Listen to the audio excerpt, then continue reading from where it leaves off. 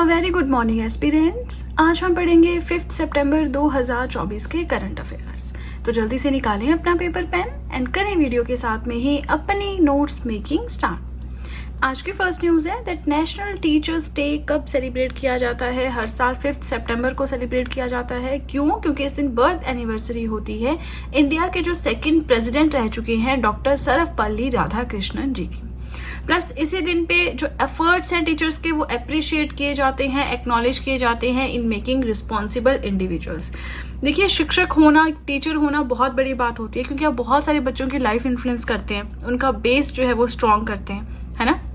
तो बस उसी चीज़ को अप्रिशिएट करने के लिए नेशनल टीचर्स डे हर साल 5 सितंबर को सेलिब्रेट किया जाता है। एंड वेरी इंपॉर्टेंट डे, जो मैं बोलती हूँ ना कि साल में 15-20 दिन कुछ ऐसे ही हैं, कुछ डेट्स ऐसी हैं जो आपको बिल्कुल टिप्स पे याद होनी चाहिए, तो ये उन्हीं में से एक है, राइट। बात करें थीम की, तो इस साल का थीम रहा है empowering educators for a sustainable future, right. आगे चलिए सेकेंड न्यूज़ अपनी देखिए। तो एक और डे है रिसेंटली जो सेलिब्रेट किया गया, जो कि है इंटरनेशनल डे ऑफ चैरिटी। कब सेलिब्रेट किया गया? 5 सितंबर को, ताकि गरीबी को हटाया जा सके जो एग्जिस्ट करती है डिफरेंट फॉर्म्स में, डिफरेंट डायमेंशंस में, ताकि गरीबी को हटा के जो हमारे सस्टेनेबल डेवलपमेंट गोल्स हैं उन्हें अचीव किया जा सके।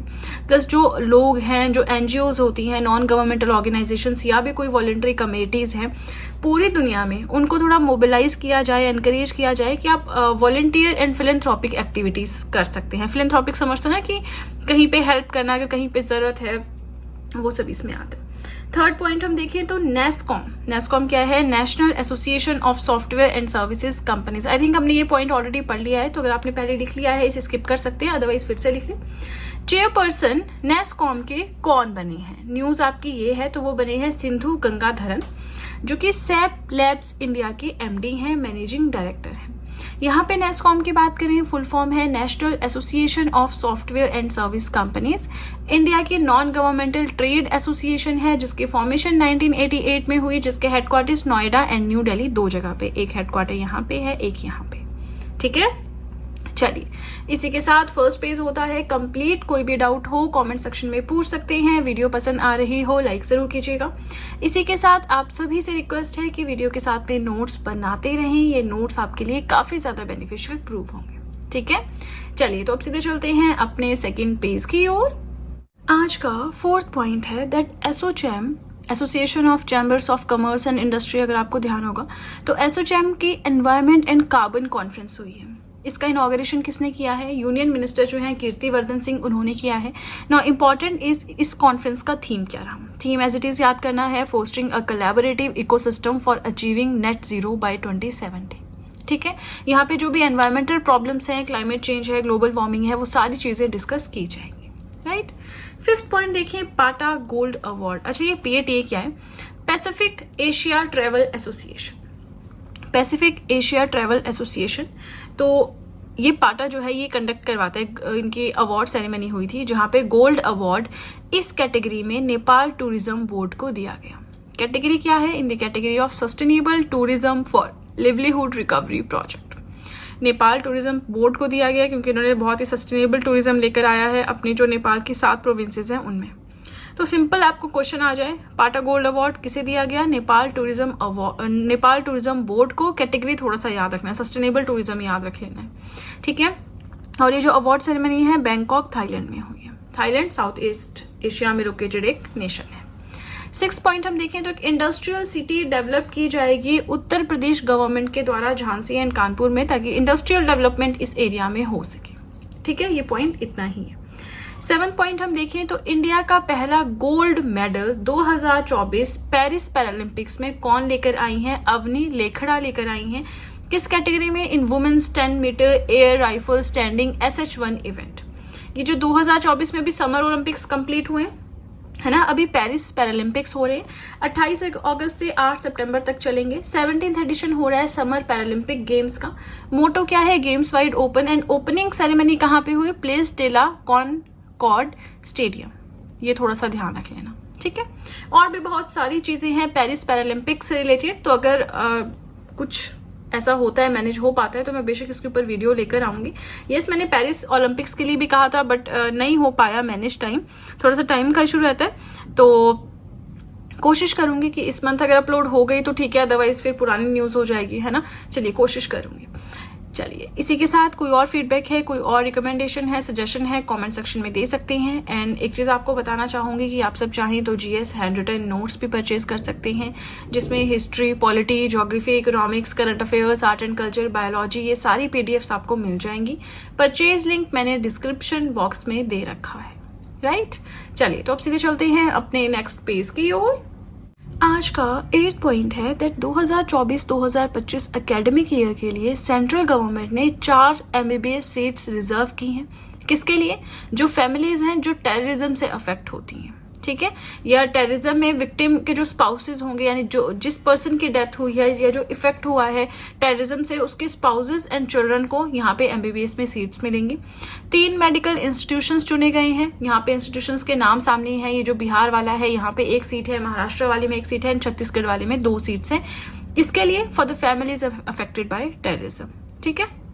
चलिए ये यहाँ से क्वेश्चन आ सकता है तो आपने ध्यान रखना है, राइट। 9th पॉइंट देखें, साइक्लोन असना कहाँ पे आया recently? Kutch coast, gulf of Kutch, Gujarat, ठीक है। चलिए इस बारे में भी इतना ही है। साइक्लोन को अलग अलग जगह पे अलग अलग नाम से जाना जाता है, जो चीज़ मैं ऑलरेडी आपके साथ डिस्कस कर चुकी हूँ। 10th पॉइंट हम देखें, SAFF अंडर-20 चैंपियनशिप फुटबॉल टूर्नामेंट किसने जीता है? बांग्लादेश ने। किसे हरा के? नेपाल को हरा के। मैच कहाँ पे हुआ था?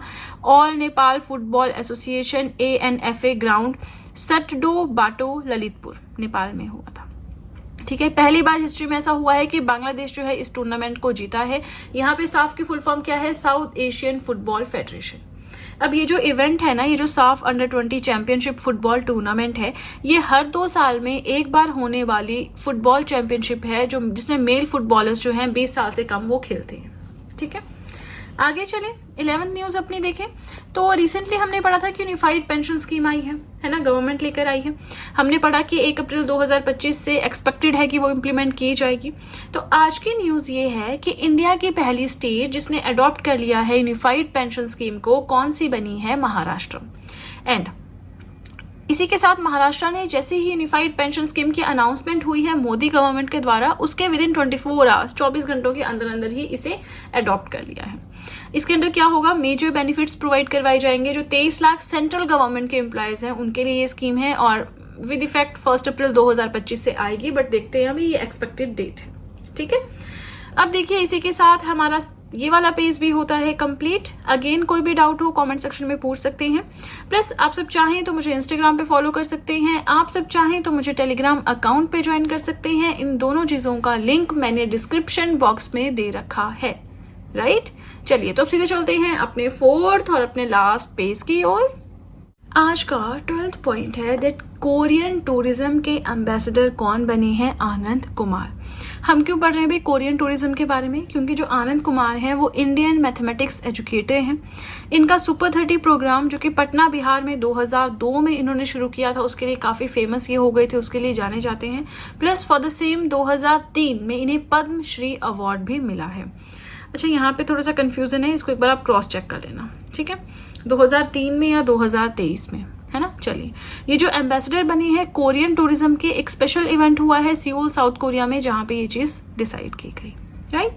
13th पॉइंट हम देखें तो नेशनल प्रेसिडेंट लोक जनशक्ति पार्टी के कौन बने हैं? चिराग पासवान बने हैं।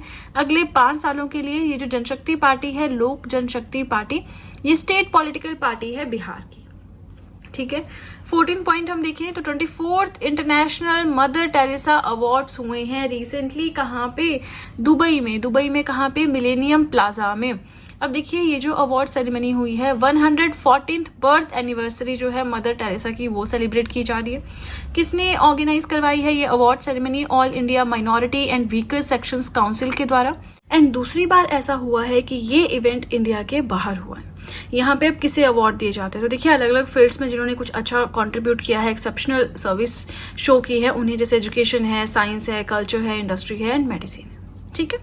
अब देखिए ये है हमारा आज का लास्ट पॉइंट एंड देन हमारी वीडियो कंप्लीट। ओडिशा स्टेट में बर्ड फ्लू चिकन्स में देखने को मिला है अगस्त 2024 में।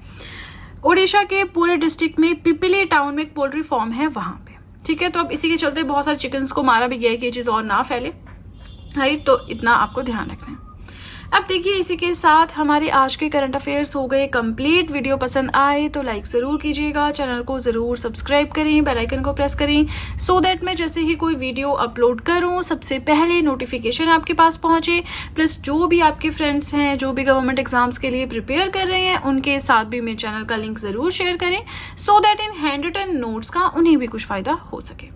तो चलिए फ्रेंड्स, आज के लिए इतना ही। अब हम मिलेंगे नेक्स्ट वीडियो में। So that's it and see you soon.